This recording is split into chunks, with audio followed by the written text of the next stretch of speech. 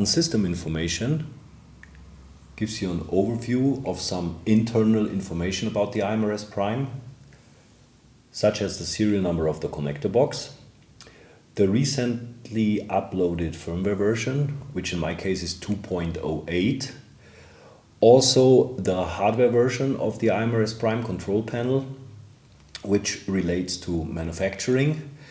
And at the lower part of the screen we have also 4 action buttons. On the left side we have the reboot button. You know this from your computer.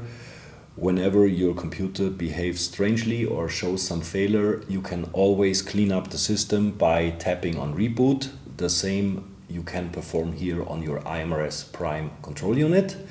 You can also shut down the system electronically by pressing or tapping on the shutdown button. This button here, applicator update, is for the future, because with one of the next firmware version updates we are able and capable of updating also the applicator.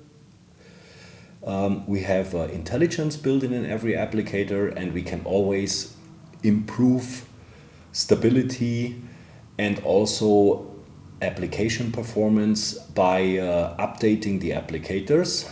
Therefore this button is. And very important is the so-called system update button. This button has to be pressed whenever a firmware update has to be done. When we announce it, as you know, the iMRS Prime is not connected to the internet. There is no wireless receiver built in due to the fact that it will interfere with the PMF application.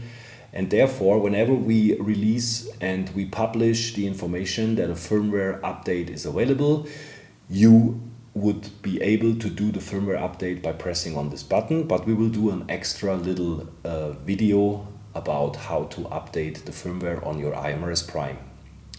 And again, with the arrow back button, you can always go back to the settings menu.